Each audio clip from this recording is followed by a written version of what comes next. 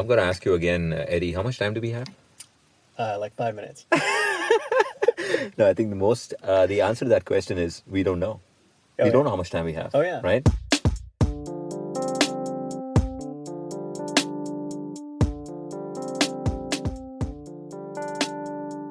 Hey guys, welcome to Resiliency Rounds. Our discussion today is going to be about time. To embark on a process of resiliency building, if you don't address time as one of those key components, you're really missing out on a huge part of that. And so early in our discussions, you enlightened me quite a bit on some of the readings that you had done with a stoic philosopher in particular, right? Yeah, that's correct. So I'm going to ask you again, Eddie, how much time do we have? Like 5 minutes. No, I think the answer to that question is we don't know.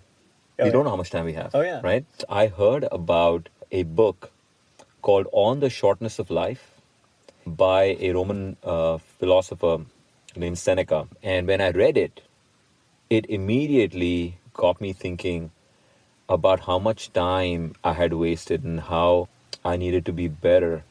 And the minute I read this book, I wanted everybody I loved to read this book. And that's why I gave you my copy of the book, because I wanted you to read it. And here's the beautiful part about it. So you gave me the book because you cared about me. That's exactly right. I Which did. I should add, that book scared the hell out of me. And that's what I was trying to get to. Of all the people I gave the book to and had them read it, you were the only one who had that same visceral reaction to it. And I thought everybody would have the same reaction to it, and they did. Everybody has this individual way of kind of dealing with what they find out. And I think, you and me have gone through this process of introspection, and our minds are open, and we are okay to accept the fact that we have made this mistake. But more than that, we are ready to now change our lives so that we are not going to waste any more time. Yeah. There is value in studying the nature of time. That's one thing I would say. A lot of us come to issues of time when we're feeling extremely stressed out and overwhelmed. And I think all of us who are dealing with that correctly attribute some of that to a sense, a deficiency, a poverty of time. And so we're very interested in understanding how we can manage that better. So there's kind of this macro time management question within our hearts many times whenever we're in the depths of something like that.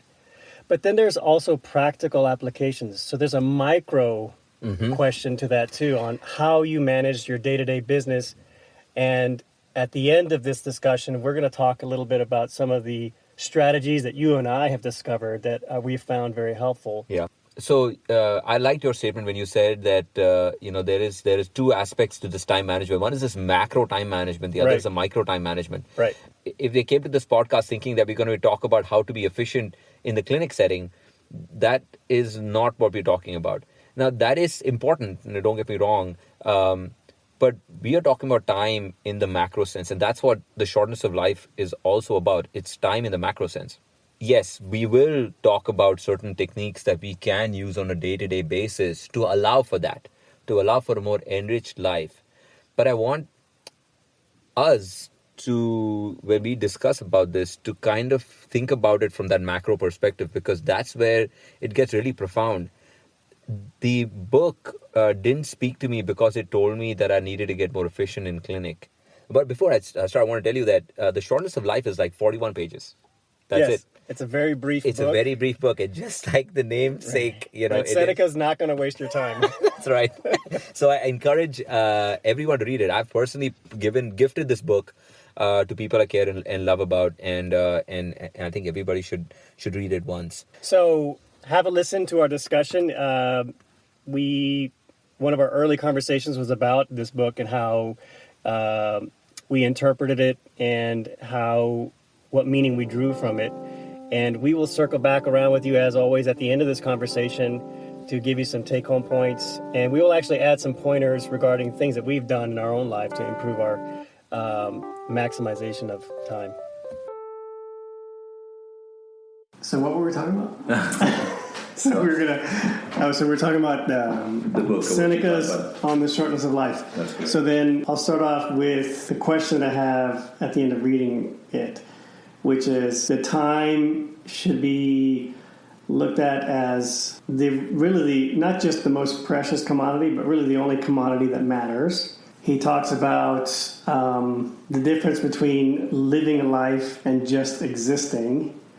And he talks about how many people exist and are engrossed, but they're not actually living because essentially they're wasting their time. And so he cautions the reader throughout the book to be very guarded with your time, to look at it. And he uses actually very sort of almost desperate language, like you should scrap for it. Like you should not give up any of your time, and you should be really, really stingy with your time, because at the end of the day, when it's at the very end, time will keep, you'll wonder what you did with all your time. So he talks about the lament of people who are at the end of their life. Yeah. So then my question is how do you know if you're embarking on something that's a waste of your time? You know what I mean? So it's like, no pun intended. Right. So right. No pun intended. Pun is intended. Right. So how do you become a good steward of your time? To put it in his words, are living a life where you're living a wide life, not just a long life, where you're just like you're really optimizing your time and not wasting it on things that are frivolous or not really going to contribute to meaning or value. Yeah. So I think one of the first things, though, that really caught my attention was, this book was written, thousands of years ago. I mean, think about it. Like this is probably some 280 or 400. I need to see when he was around. And he's talking about people thinking that their lives are too busy and that, that they're not using their time appropriately. And you think about it, we think of life right now that it's like extremely busy, and we have all of these things that distract us away from life, like the social media and TV and things like that. And you would think that going back, people had all of this time that they could spend, in nature and doing things. But it turns out humans have always struggled with it. I don't think this is a modern age problem. This way of going through life, getting absorbed in just the day-to-day activities, and then eventually lamenting that, oh man, my life just went by and I didn't do anything. I don't think it's a new phenomenon, but I don't think that it's getting any better. That's the sad part of it. Despite all of these technological advantages that we have, we still don't feel that we are living for ourselves. It's a decline of civilization. I completely believe it. We should be in a place where we can completely express ourselves as humans, rather than do two jobs just to pay the bills. He's not saying that you shouldn't do that to support your family and your kids. You should, but that should be no way to live. All humans should be expressing ourselves completely as humans can. Liberal education, the arts, learning about the nature of life. And what he says is the best way to spend your time is to learn philosophy. That would fill your time. That would give it the width or the breadth or the depth, as opposed to just this technical education and just busying yourself with day-to-day life. What do you think about that answer? What do you think? That's well taken. So if I look at this very critically in a scrutinous way, it's sort of the classic example of instead of working to live, you're living to work. And so that just sort of eats up your time, and it eats up what your potential, what your purpose is as a human, which is essentially to have a meaningful life. There's a line, I was trying to find it in the book, where he was basically saying that people have this sort of almost like satisfactory disdain about the things that trouble them, just because they're the things that are associated with being rich, like well off. Like, now I have to host all these people, and but that's a good thing, because to have this problem means that I'm well off. So yeah, even though it's something that's eating up their time and has little value, but what I was getting at is that my critical mind here is thinking, okay, I get his point, but when So that's kind of so when it turns into now actually taking this philosophy out into life, has to be expressed, has to be externalized in some way. It has to be practical. Right. And so then how do you externalize what he's talking about? Once you have this idea of, time is the most valuable thing that you have, and maybe at that point it's up to the reader to decide, okay, I have to decide what I want to spend my time on. What do you think? Me personally? Or Yeah, I mean, honestly, I think that book is very personal. Mm-hmm. Yeah, he is. I think everybody, what I mean by that is everybody who reads it takes a meaning that is very personal to themselves. Very difficult to kind of, you and me both read the book and we have the exact same ideas. Right. I don't think that's what happens when you read it. Right. So I agree with him. No, I'm saying... this is kind of my own personal thought process, my reaction, my affective and intellectual reaction. My affective reaction to the book, my emotional reaction to the book is, oh my God, I agree with this guy, and I'm doing exactly what he's saying you're not supposed to do. Right. Which is like, because I feel like I barely keep my head above water. In certain weeks, especially after this week, I'm just like, I don't have that much time for myself. But then the intellectual side reaction to it is, I get that, but what does a life where I do feel like I have all the time in the world to know myself and to express and develop my own philosophy, what does that life look like? And to me, that's where it gets very fuzzy. And I think maybe in his book, it's that way as well, just because that's the second part of the process, which is, understanding, what is important, how to make time a centerpiece, a valuable commodity. But then where you take it from there, there's not much else he can tell you aside from just understand that. And you have to find a way to make your time, your life as full as possible. So that's kind of what I took from it intellectually. So essentially what you're saying is that what you took away from it is that, first of all, that time is the number one most important commodity. And then once you understand that, then you can then choose how to spend your time. Once you realize how important time is, then you can be more mindful of how you spend that time. And then maybe at the end of life, you can say, I lived a great life because I used my time well. And you can choose what that means as opposed to society choosing it for you. Correct? Right. Okay, so I completely agree with that first statement. First of all, it is you can, once you realize, that's what I took away from the book, is how important time is. Once you realize how important it is, and the fact that you don't know how much of it you have, right? Then when someone tells you, hey, can I borrow you for a minute? You can actually think about whether that is something that you want to give to that person a minute. Hey, there's a meeting tomorrow in the morning at 7. It's a staff meeting, and you can decide if you want to spend that 1 hour in the staff meeting or you want to spend that time doing whatever else. But the question is, what is that whatever else, right? Because if you were to ask me, and you'd say that, 3 years ago, hey Aneesh, there's going to be a big section meeting once you show up. I would show up. There's no question. There's no question in my mind that I need to show up. Yeah. Right? But now, the question that goes through my mind essentially is, that's 1 hour of my time. Right now, I manage my time. I'm a steward of my time. And so I'm very reluctant in just going for things that have no outcome. It's very difficult to do because there are certain things that you have to do in life.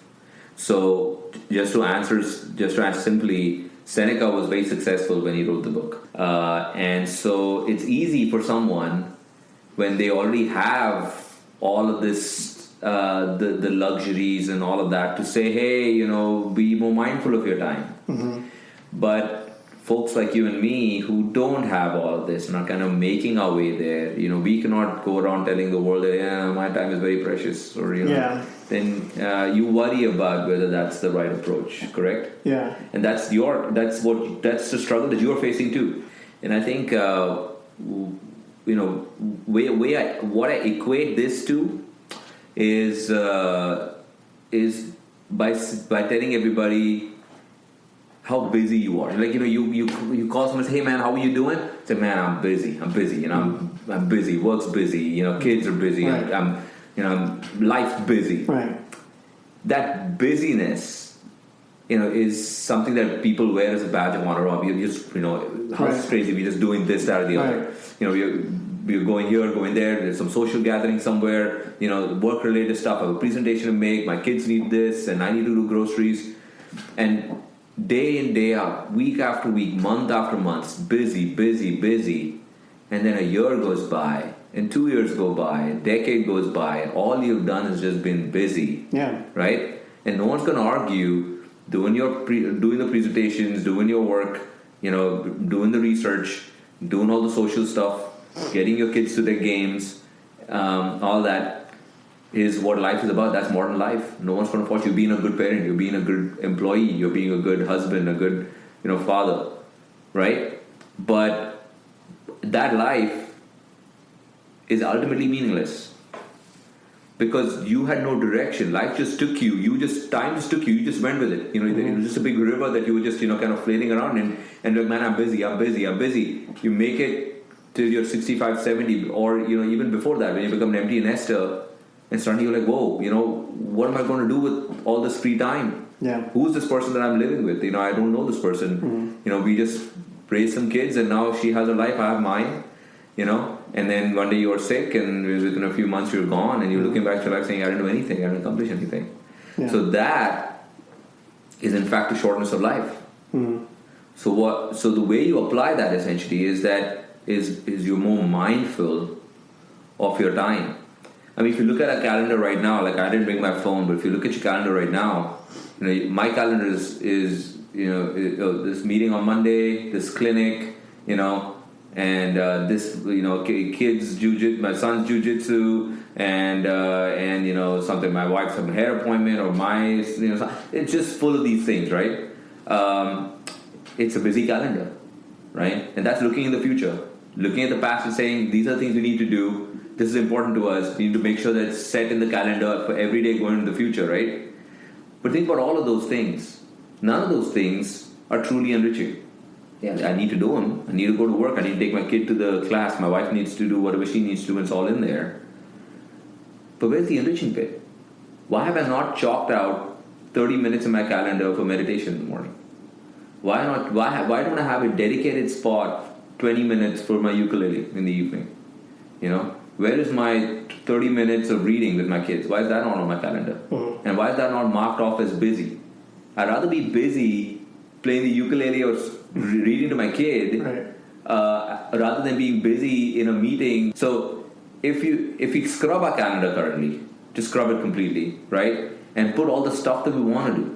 6:30 in the morning, spend 30 minutes drinking coffee with my wife, just talking about the day, planning my day with my wife, right? That 30-minute conversation is probably trump every other conversation you have over the phone with her while you're driving to work, right? If you pen it down there, both of you make an effort to wake up in the morning before the kids wake up, sit, drink coffee, cuddle, and talk, right? That'll probably go a long way. You see what I mean? Yeah.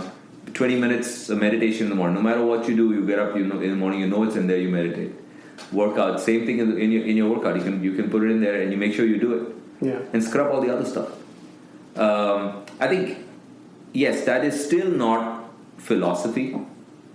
What he's saying, when he says leisure, essentially what he's talking about is the great conversations, stuff that I spoke about. Reading the books of the guys behind you who came before you, like Aristotle, Plato, Socrates, going all the way back to Homer. Reading all those books and then having conversations with those people about your life. But he is saying that after he's actually accomplished quite a bit. But we can do both of those things. We can spend time having these great conversations, but we can also continue to do the things that are in the present for us, looking into the future as making us better humans, better husbands, better dads, better all of those things, by not getting busy doing the stuff that the world, the society wants us to do.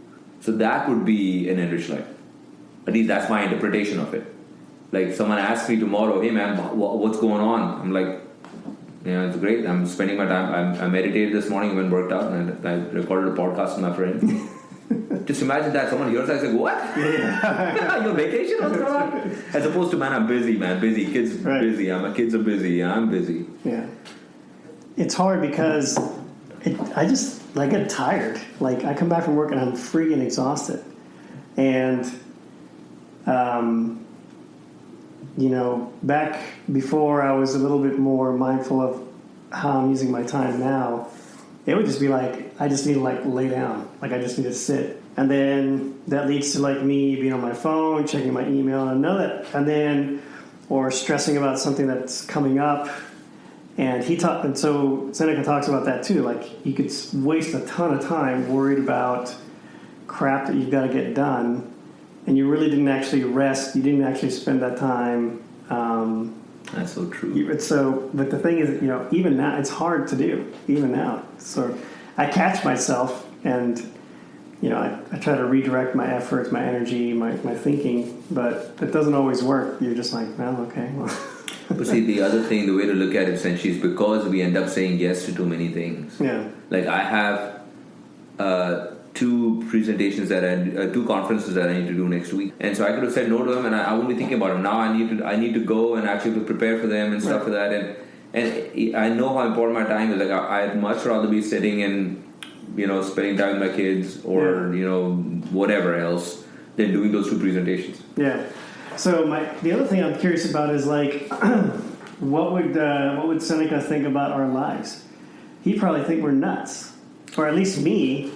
Like he'd say, I think Seneca would show up and say, well, you need to go part-time, and you need to start doing more stuff with your family, and you need to start spending time doing the stuff that you were into in high school, which was like artwork and music. That's what you should do. I do not have the guts to do that. You know what I mean? It's a scary thought. But like, if I'm brutally honest with myself, I read Seneca. And so that was the other thing that when I told you that it was kind of scary to read, because I'm like, well, if I examine my own life purely, no ego, just as objectively as possible, I'm off track. Like I'm not doing the right thing. The real reason why we are unable to spend the time the way we want is because we overcommit to things that are probably meaningless, right? Or don't have as much meaning. Right. So that overcommitment can have many faces. So if you're just talking about your work, overcommitment in the work could be just taking up a role or a position or signing up to do some presentations. That could be overcommitment. The fact that we chose to do medicine is an overcommitment, because it takes so long to get where we got that you've spent all of this time, you've just given it away. And that was the overcommitment. Nobody ever told you that. Everybody says, oh, it takes time, but when you're done, you're going to get all of this money. And just that statement in itself is so ludicrous now if you think about it. I know. And we all, did it for all sorts of different reasons. It takes time, but that's you don't want to go to a doctor who just went to medical school for you have to kind of see somebody who spent all of this time. If you're going to take care of humans, you've got to spend all of this time studying and learning. You hear all these excuses and all these reasons, and you sign up for it thinking that this is this great adventure that you're embarking on, the sacrifice that you're making, and you have no idea that you're doing it. You're young and you have no idea. And now when you come to this end of it, nobody tells you how precious your time is, and then you end up wasting in other frivolous ways. And we have discussed this before. Mm-hmm. If you are modest in your living, if you're modest in your endeavors, then you have to spend lesser time to kind of keep up with your living in the endeavors. If you're modest in your ambition, you don't have to spend as much time at work. But it's not about just being modest in your ambition or modest in your living. It's about being very aggressive in the pursuit of time to spend exactly how you want to, and not necessarily being someone who's just like saying no to everything. You're actually not saying no to everything. You're not saying no to working hard or no to living a luxurious life. You're actually saying that those things are not as important as personal enrichment, philosophy, family, self. You're just making a better choice. You have limited time, you have only that much time. You spend a lot more of it in the pursuits that matter, less in the pursuits that don't matter. But how do we decide what matters or what doesn't matter? We've discussed this before. You have to kind of unhinge from society the way it is right now. Mm-hmm.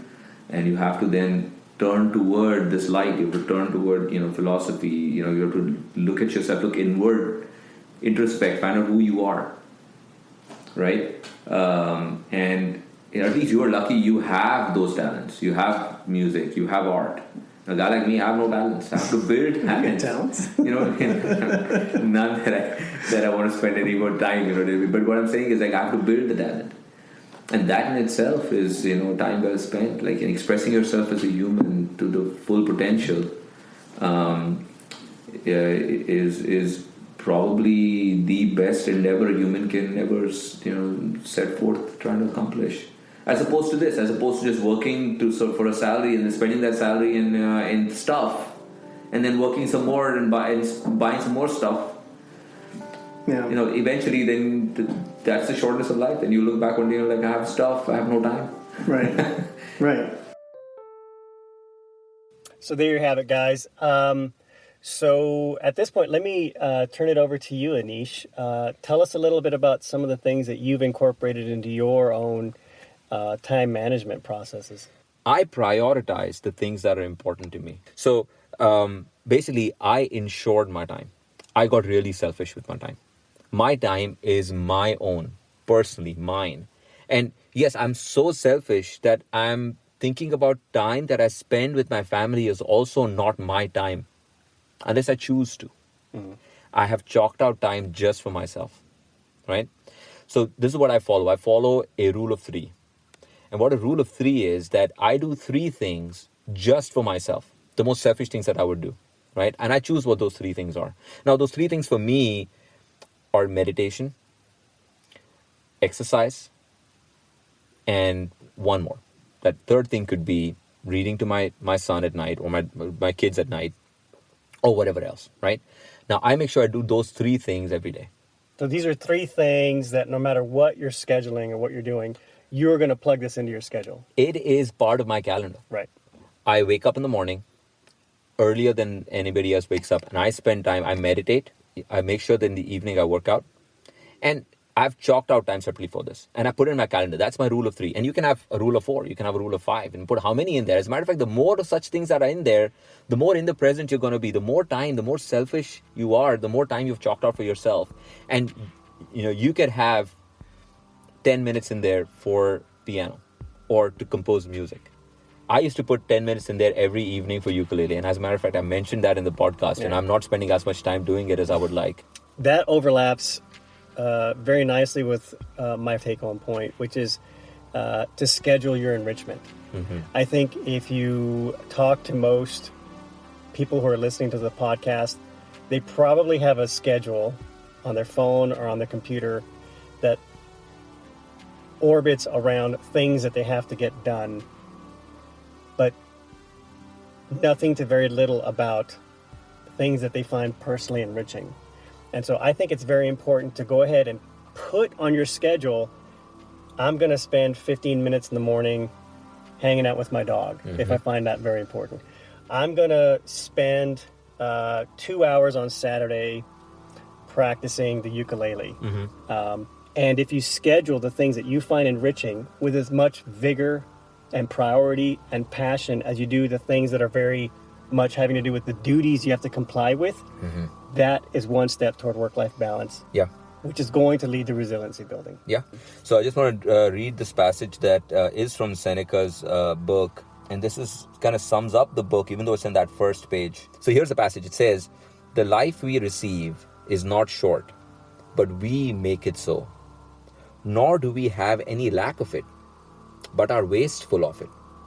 Just as great and princely wealth is scattered in a moment when it comes into the hands of a bad owner, while wealth, however limited, if it is entrusted to a good guardian, increases by use, so our life is amply long for him who orders it properly." I think that kind of sums it up. Yeah, it does.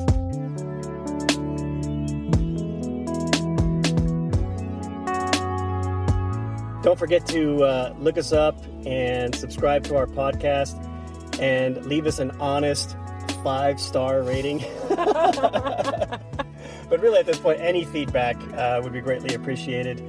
And as always, we will include relevant information in our show notes wherever possible. So we have a Twitter handle, we have a Facebook page, we also have our Gmail account, resiliencyrounds@gmail.com. So shoot us some questions, give us some feedback there, and we'll be happy to get back in touch with you. All right, guys. Until next time. Yeah, thank you.